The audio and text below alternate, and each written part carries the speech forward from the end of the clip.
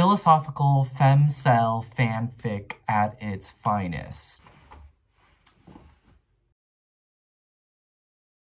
We love the poo-poo.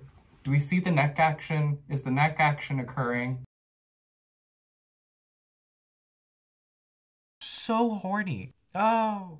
Ooh. Okay.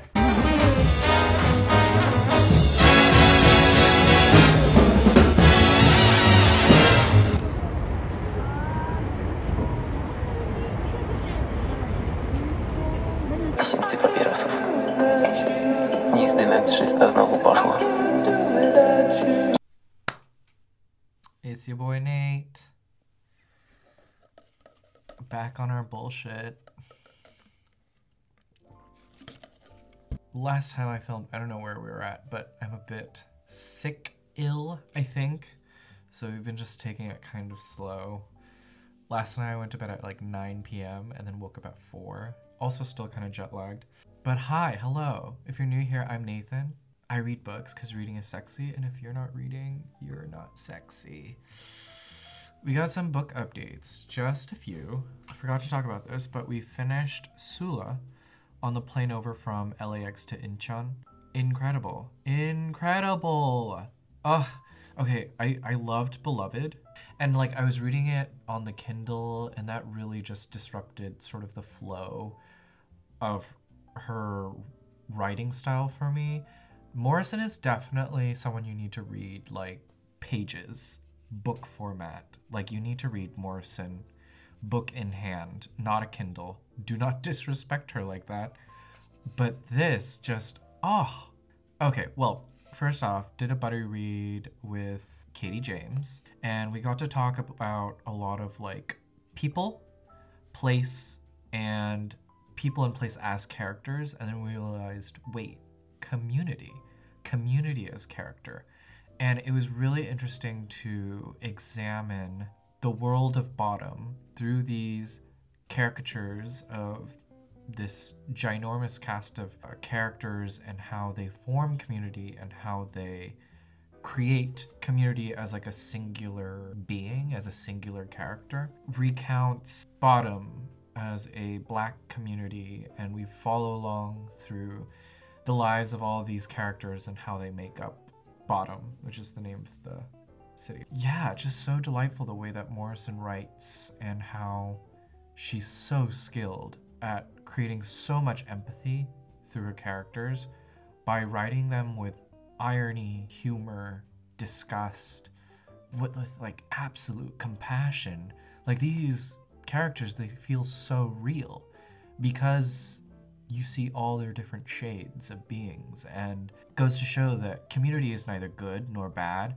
It's murky. It's not black and white. There's nuance in all the ways in which she loves her characters and also how we might hate them as well. In some ways, Sula as a character reminds me a lot of Lucy from Jamaica Kincaid's Lucy, in that they're both these young women trying to find their own sense of identity through sexual awakenings, through the company of other women, and how they become their own, but also how they become part of the community or are ostracized from community. And it's just, such a fantastic novel. The way that she characterizes some of these people is just like phenomenal. And I don't know, the way her characters carry narrative as well is just so fascinating. I want to talk about this scene, but no spoilers. But okay, adding it here, spoiler alert. No, I can't, because it's such a monumental part of the novel. I'm not going to talk about it, but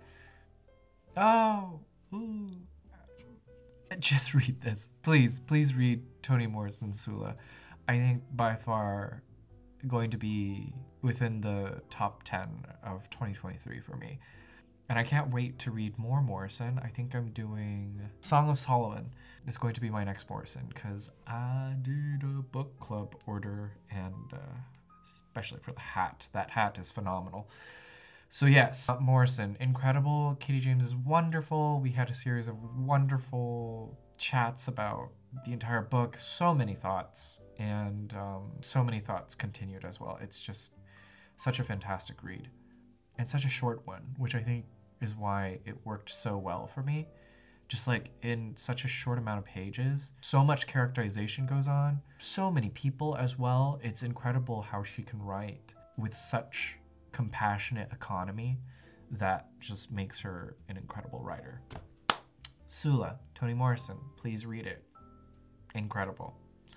After that, I decided to chill and read The Pisces by Melissa Broder. This is my first Broder, gifted to me by Modern Ajima. Yena, thank you so much. This was so much fun. It is the horniest mermaid erotica I've ever read. So horny, but it follows a story of a woman named Lucy who is doing her dissertation on Sappho and is failing and is also in like a failed relationship. So she dips to the West Coast in LA to sort of sort out her feelings through group therapy, but also with a merman. And I'll leave it at that. But yeah, I want to say Broder is the people's moshfag.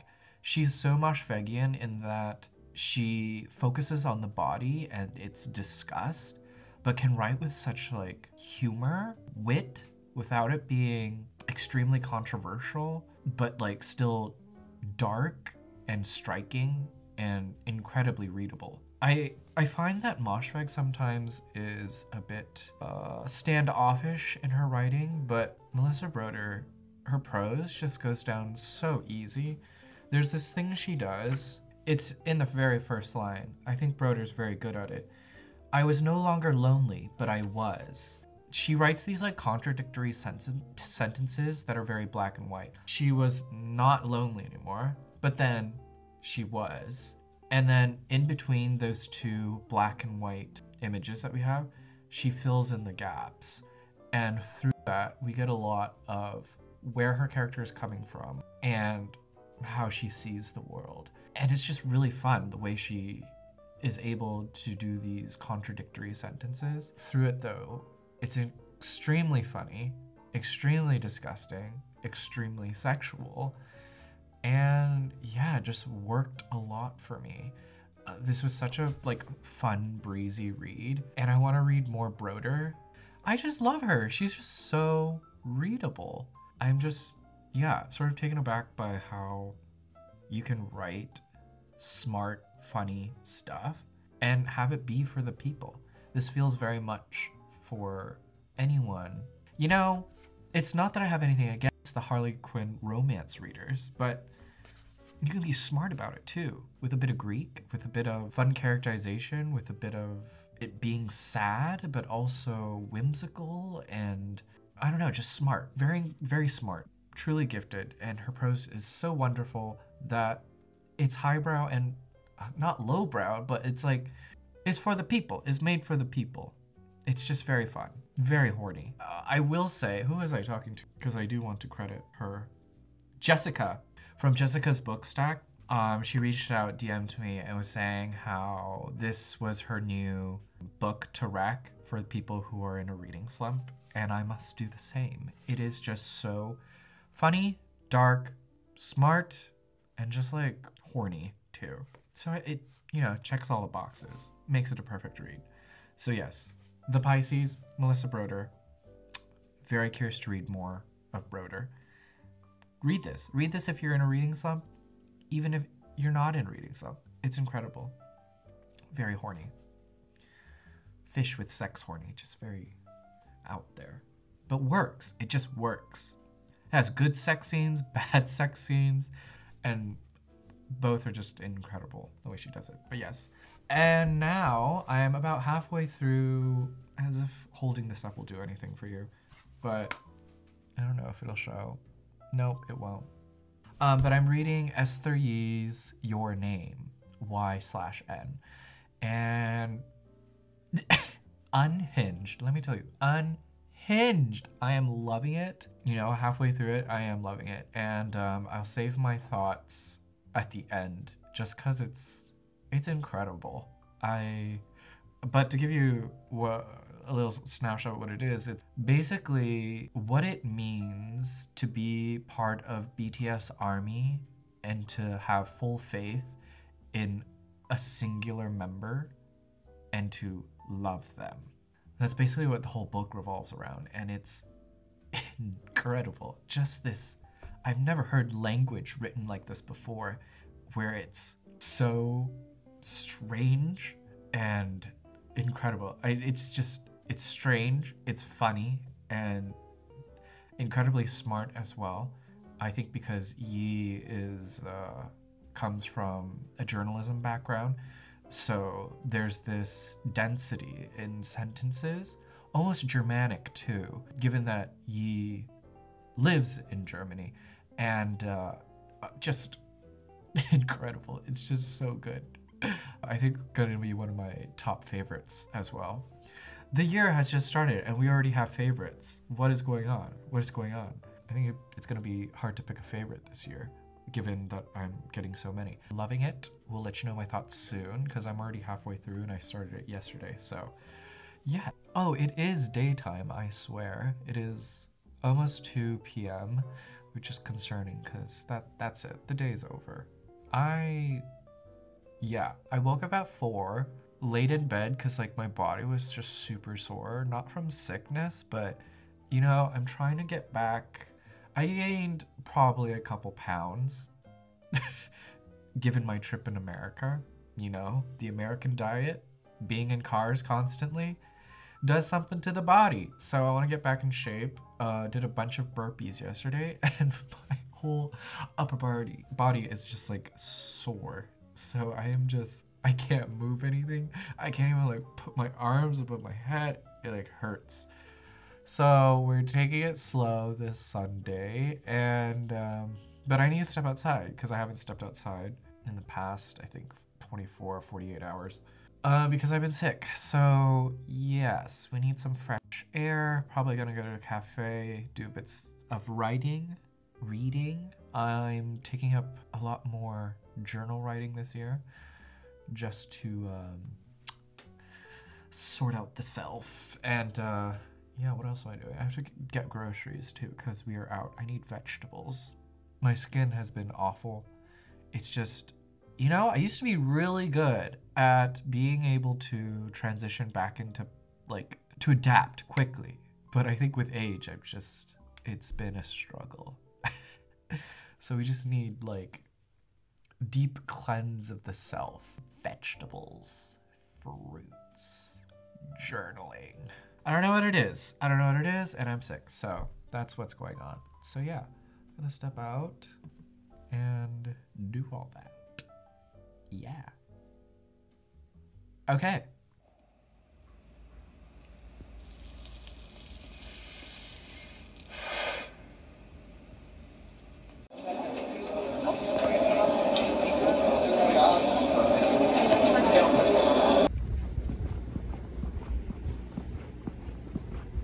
Reading any books? Yeah, we're doing To Kill a Mockingbird in lit class. It's always Upperly and never Toni Morrison.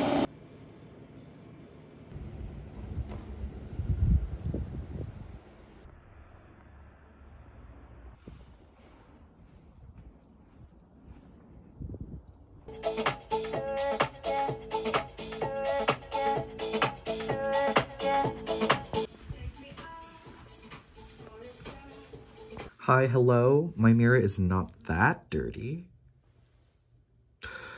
Before I run excruciatingly late, this is the fit breakdown. Cost crossbody, Old Faithful. You're probably sick of seeing this. Thrifted black coat my friend gave me. We're doing the cardigan with the turtleneck today. 51% necklace because we got the 51% jeans. Matchy today. But yes, this is the look. I'm going to get a haircut today, meeting a friend at a gallery, I think. Coffee. And yeah, nothing too crazy. You want to keep it chill. Oh, book of the day is Jenny Odell's Saving Time. I'm about 70% of the way through. I mean, I love it. It's going great. But 400 pages. 400 pages. Woof! Let's go.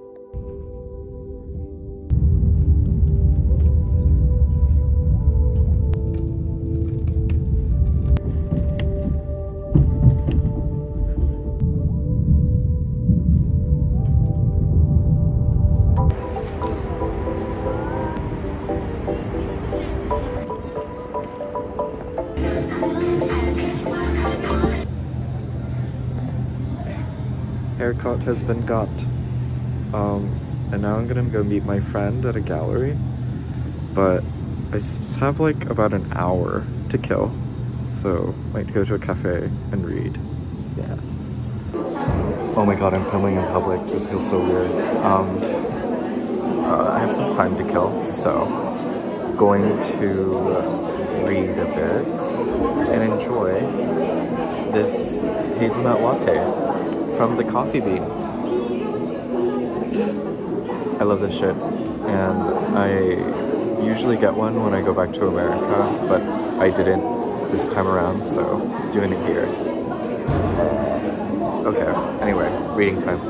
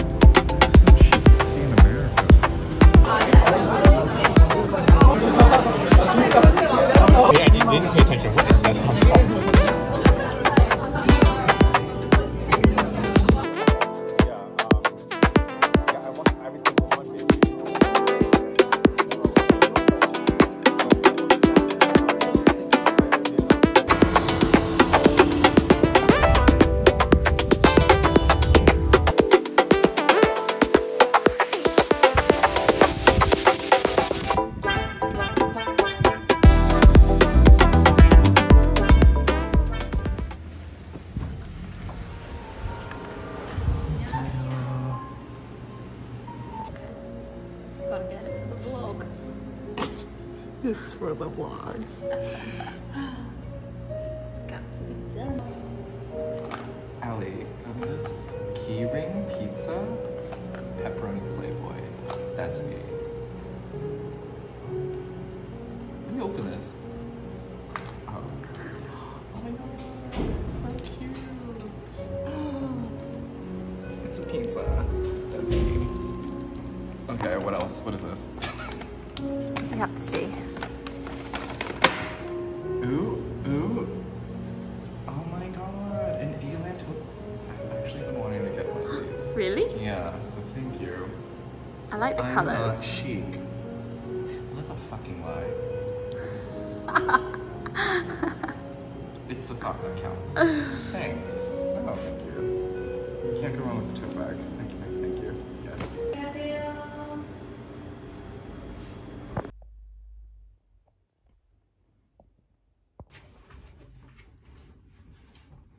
Hi. Would anyone like an unboxing? Also, apologies if you can hear a bit of noise in the background. I've got some chicken tendies in the air fryer while I'm doing all this. Okay, unboxing time. We'll start with this. Uniqlo. The spring-summer collection just came out and wasn't really feeling a majority of the pieces, but I was feeling this one. Shall we take a look? I just got back home from work and coffee with a friend. She's great. I was doing a book drop off and she was dropping these back off to me. She barely made a dent in Lapona, did not enjoy it. And she did not read this one, How to Train Your Virgin. Both probably the worst books to give anybody, I guess. But there you have it. had to get this one back because, you know, signed copy. Yeah. Anyway, oh God. Looking back at this, I really love this cover. Anyway, I'm talking to you while my face is like cut off, so back to business. We're here to open up this uniqlo package. Also, fit of the day. I don't think I made the wisest choice of pairing these two together. I think it's fine. But here we are, uniqlo U. If anyone doesn't know, uniqlo U, the specific U line, designed by Christophe Lemaire, before the first collab they did, it was actually like Uniqlo Lemaire. And then I think after, it was either the second or third run, it just wasn't doing well. But let me tell you, the first collection was, I loved that collection so much. And just like the tailoring, the cuts, the way things were just so beautifully done. Attention to detail was immaculate. Loved it so much. But with this U line, it's a lot more budget friendly and a lot more, I want to say, Uniqlo-ish. Before, I think it was like very Lemaire, but this one is a lot more Uniqlo leaning, more basic wear.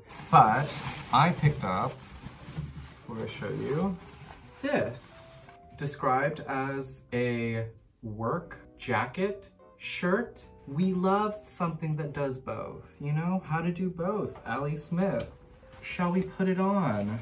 I got this in the extra large because it is women's, but with the U line, they've been experimenting with like unisex, and unisex is showing a lot more in their promotions and just like the pictures that they have.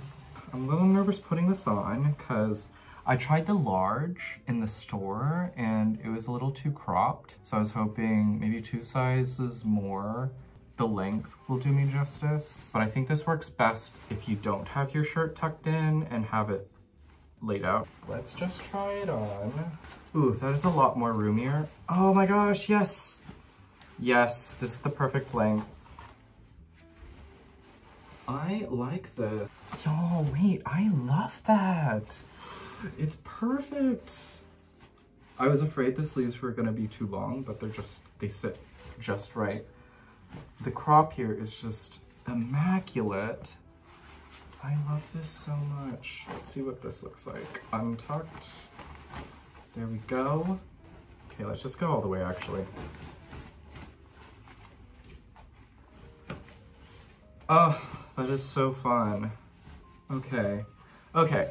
Why did I choose this? This is actually nylon, so it's perfect for spring, for those days that are like a bit too chilly, but like also a bit too warm. Just something easy to just wear where you can like wear a t-shirt underneath and you'll be fine. And it has cotton on the inside and it's so light. So this is just an overall very light jacket, just like a very easy layering piece to throw over.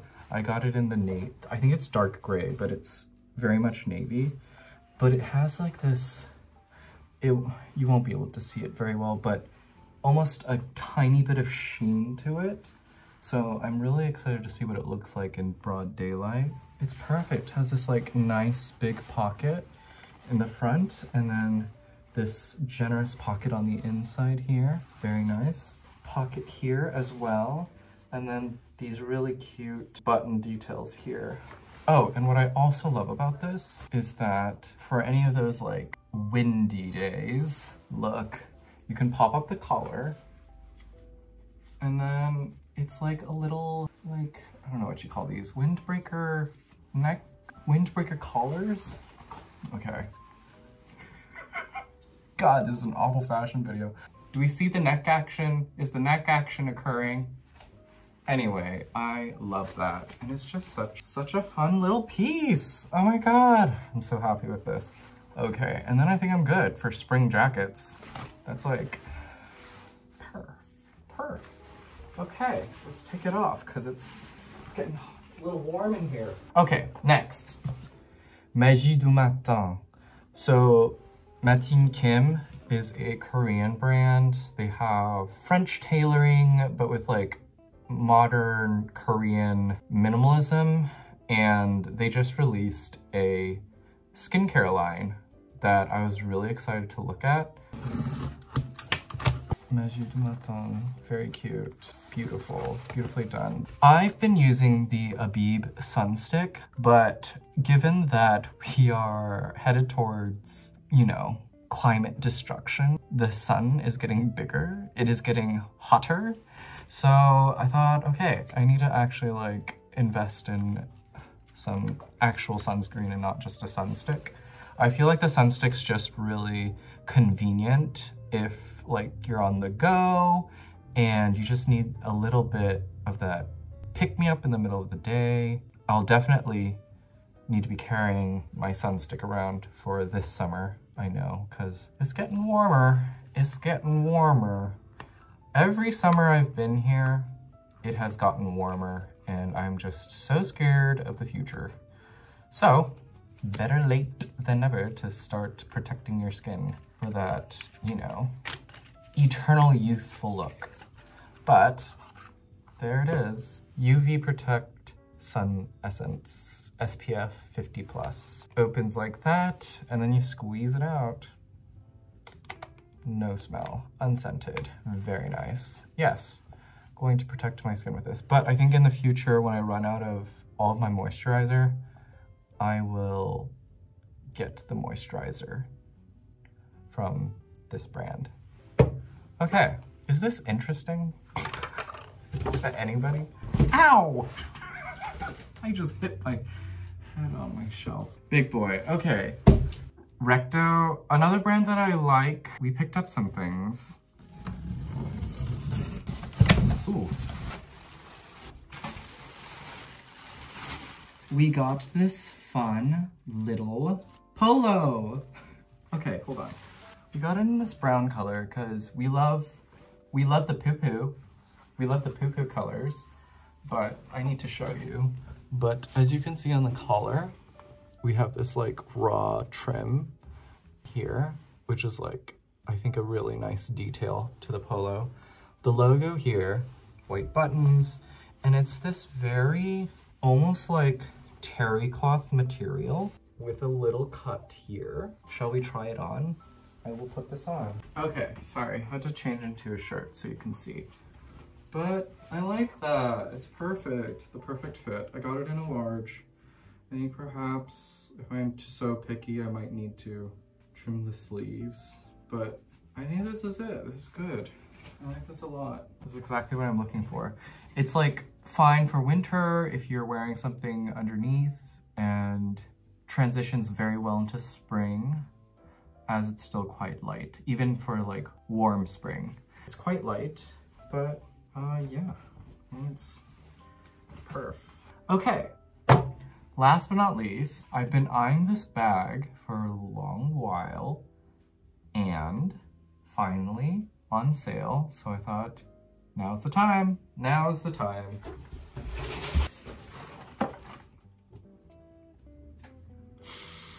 Okay, let me, how do I open this?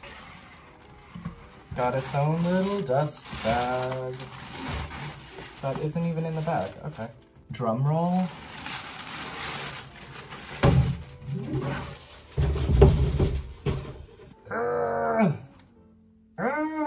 But it's like this postman bag. Let me slide this in. Yes, yes, 100% leather. But yeah, don't, it looks good. Come on now, come on now. My chicken tendies are done. But,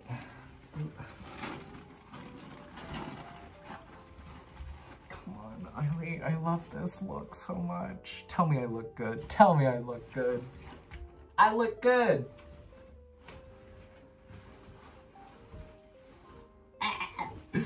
Wait, I love this. Okay, what I wanted to look at though is that online they had it so like you can adjust the strap like this, I think, And like you can hold it like this, which I don't think I'll ever do. If you want something a little closer, that's kind of funny actually. I'll play around with it. But yes, there you have it, the recto bag. I don't know if you can see, but there is a pocket on the inside lined with cotton. The pocket on the inside is leather, and there's a magnetic clasp to close the bag like so. Goes in pretty deep, perfect for a book. But yeah, I don't know. I think this detail would bother a lot of people, but I think, I don't know. I think it would be really cool to look at in terms of styling, or like an Instagram picture, but like every day, I don't think this is quite practical, what this strap is doing. If anything, it's a lot better like this. I'm so preppy. Kind of like this. This might be my spring look. Okay, there you have it. The sort of postman bag, leather. Just as great as like crossbody as well. I swear to God, no more bags. That's a lie. I have this bag that's coming in, but please, please, I'm allowed this one bag, this one last bag. It is so special to me. I also went through hell trying to get it. Well, when it comes, I'll tell the story. But I was eyeing that bag for a long while as well. And yeah, that one's gonna be a keeper for life. I mean, this one too. I mean, like, you should buy everything with intention that you're going to keep it forever. Minus groceries. You know what I mean. I'm very intentional about what I buy before I buy something. You know, it sits in the cart for like 2 or 3 weeks, and if it's when I return to the cart and I look at it again and it still brings that like sort of excitement, then of course I buy it. But that's also with a lot of thinking about how it's incorporated into my wardrobe, if I can extend it for more than 2 seasons, and if it fits into the color palette that I stand by, if it exists in my ethos and the self, then yeah. I love this. I love this. I'm so excited to bring this out. Yeah. Happy purchase. Happy camper. We good. Now I just have to clean this mess. Book updates. I'll do it in my new shirt. How do you like that? Here for the book content, right? I read books because reading is sexy, and if you're not reading, you're not sexy. Hope that is getting through your thick skull. Non-readers, pick up a book. Okay, I think that was way too aggressive, but I hope you got the point. First book, YN by Esther Yi, Your Name. This is going into my top 10. It's a solid 5 out of 5. It's incredible. It's incredible. I've not read anything like this. It's such a fresh voice. It's a debut. It's the story of a K-pop stan who writes fanfic based out of Berlin and takes this trip to Seoul to find, meet, and love this K-pop star named Moon. The whole book is so cerebral. It begins in the brain, and it begins in the brain with delusion, and through the delusion, obsession, love. Doesn't know the difference between either of those and slips into this very, very strange space. And the way that it's written is so, so strange. When you first read it, it'll feel odd. There's this odd sensation that runs through your body as you read it. But once you adjust to it, you fall deep down into this voice and there's no turning back. And you keep going and it digs deep and it is so weird, unhinged, wild. The directions that it takes, the people that the narrator meets, it's just so bizarre. And I loved every bit of it. What else do I need to say? I need to say that K-pop is very strange in itself. I'm not gonna go into that.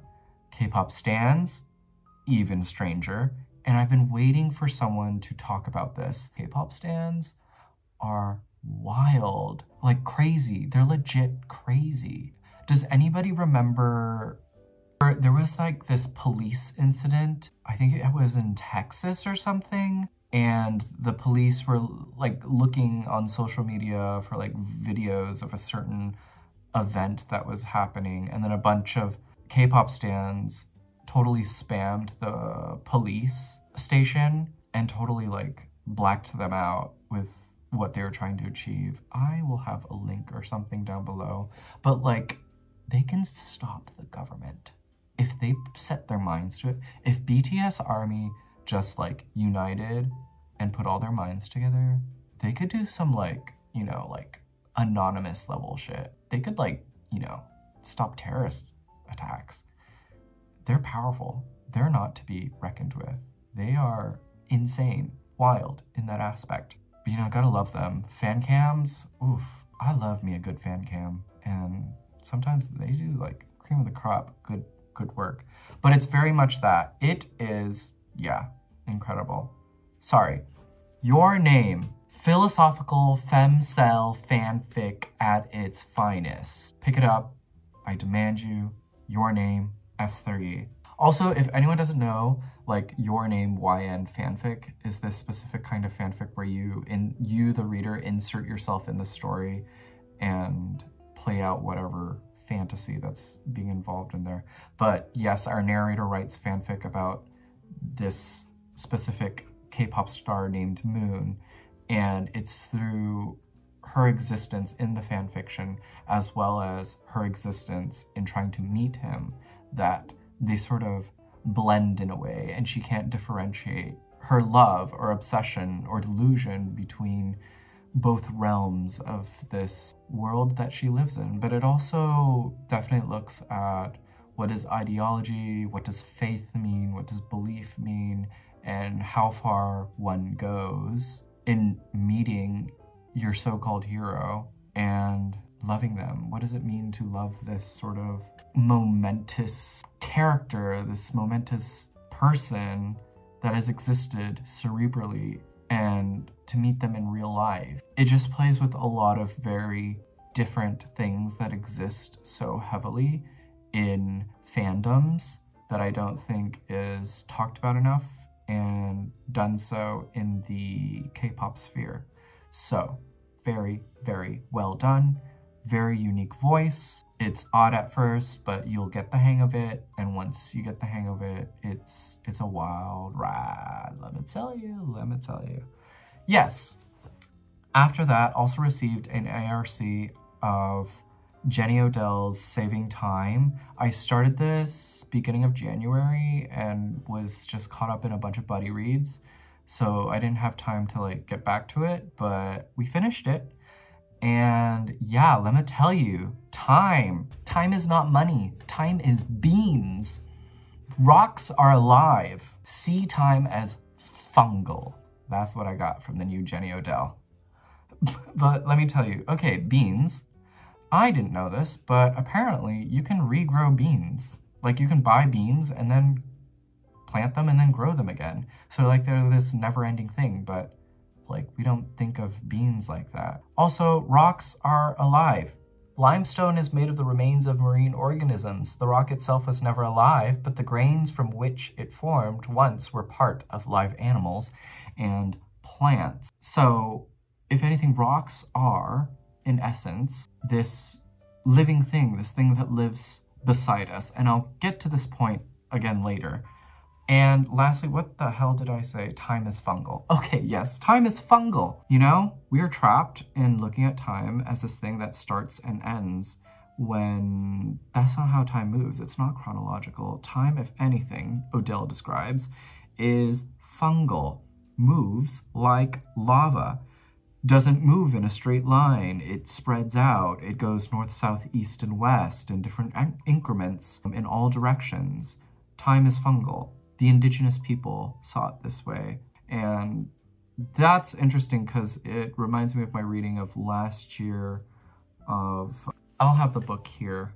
But that looks at also indigenous groups and how we should be perceiving not just time, but life.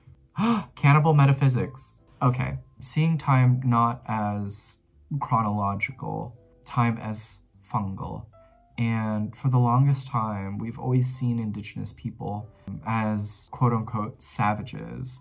It's always these derogatory terms, seeing them as people outside of time, when really they've been seeing time in the right way. Because we need to disconnect our bodies from seeing time as Eurocentric, systematic, and tied so much to labor. Odell starts the book talking about how, especially time in the tech industry, and how like clocking in and out of work, how it's so heavily surveillanced our time to the very exact second that it's almost scary in this big brother kind of way. And it's only going to get worse as we exist in this capitalistic society. I don't dream of labor, but we might be. We might be getting there. As much as our reality is so trapped in capitalism, so then our dreams will be too. I want to tie back to the rock as a signifier of time, because Odell also talks about how during her pandemic walks, she got this huge sense of relief being able to see nature and seeing these things on her walks that were so peripheral to her. Trees are an example of this thing that exist in time, but also outside of time. So in time, being that they can show how much time has passed, but being outside of time also because they exist mostly in our periphery because we are so focused on labor. We don't think of a tree as something that's like so inclusive to our world, especially for metropolitan cities. She also talks about climate, the earth ending, and how, yeah, it's hard to think that, you know, we don't have a lot of time left on Earth because the Earth is dying. I just learned of this term from, I think, Michael, who I want to credit, during the Bar in the Bookcase live chat of the guest lecture. There was a word that was talked about. Keynesian, in its purest, simplest form, is not so much an economic theory as a spirit of radical optimism unjustified by most human history. This optimism is so vital. Odell stresses this so much through philosophical queries, statistics on time, on the female body, but also looking at PC time as well, and in conjunction to the Earth dying, Odell reaches this conclusion of immense optimism because it's through these walks that she took during the pandemic. It's the walking that keeps you alive.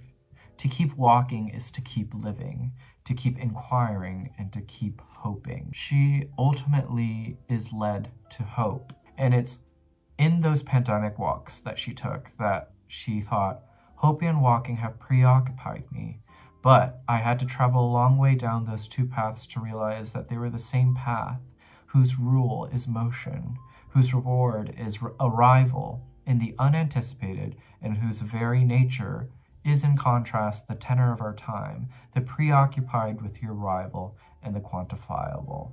So many of us are certain that we are doomed, that the earth is dying and that we are doomed and we can do nothing about it. And it is so easy to assume that. But it's because of this easy assumption that I don't think you realize that past generations have also assumed the same thing.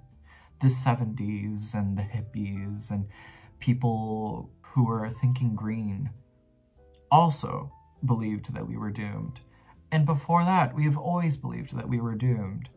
But Odell says many love certainty so much more than the possibility that they choose despair, itself a form of certainty that the future is notable and known. It is neither. To despair is to stop walking, and to stop walking is to fall into despair or those depressions that are both features of the landscape and states of mind of the whole deeper than the rut. So, it's in hope, and it's in unlearning to immediately assume despair, that we must look at aliveness to mean touching and being touched, being in the world, being kept alive, then the scale between living and dead is inescapably social. So it's in the pandemic that we realize that, you know what? We need to be talking to people. We need to remain social, because to remain social is to remain in the present tense. It's to be much like the tree in that it is a moniker of time, but also exists as non-time. And it's this thing as both, how to be both, that we see time less as chronos, chronological, that we see it as fungal. We are the fungus growing on that tree. That's exactly how we should be looking at time. To make a cut in the chronos, chronological time, and hold the past and the future part as much as hope will allow. So yeah, Keynesian Odell is in removing despair and believing very much in the inescapable socialness that we should have in our lives. Did I just explain the whole book to you so you don't have to read it? No, you should totally read it. So I have a belief that there is at least one non-fiction book that a person is required to read. That one book a year.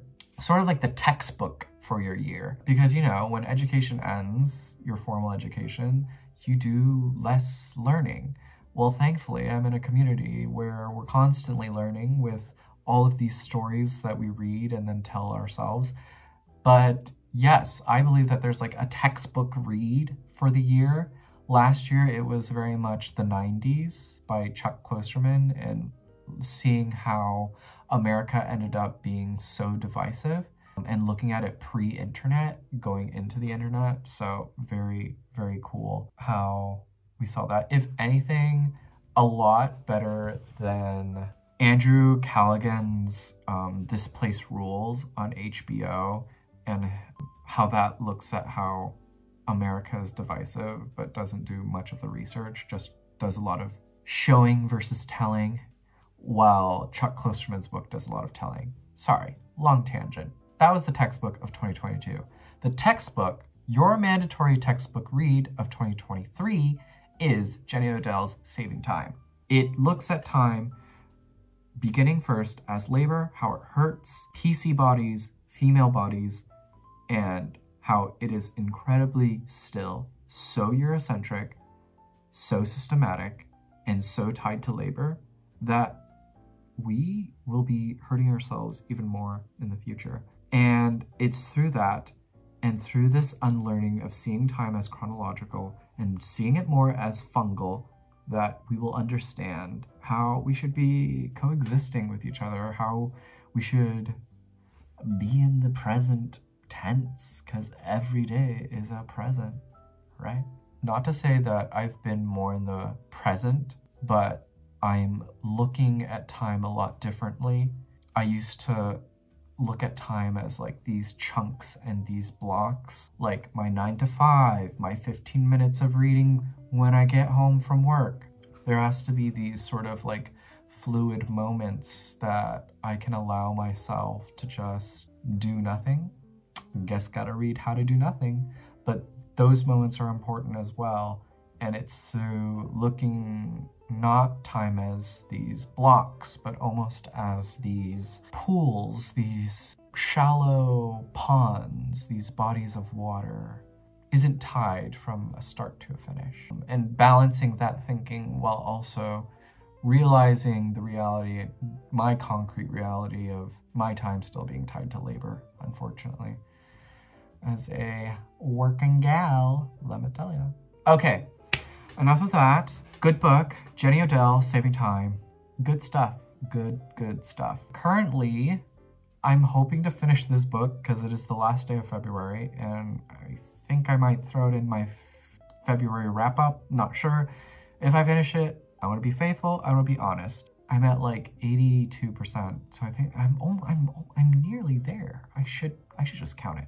Finishing up Island City by Adamczyk, and it's the story of a girl that goes back to her hometown, and you, the reader, are there with her at a bar as she unfolds her life story and why she has come back to the hometown to talk to you, and plays a lot with memory, recounting memory, as she is a unreliable narrator, remembering things, telling them, and then telling you that that's not really how it happened, but that's how she remembered it, or how she wanted to remember it.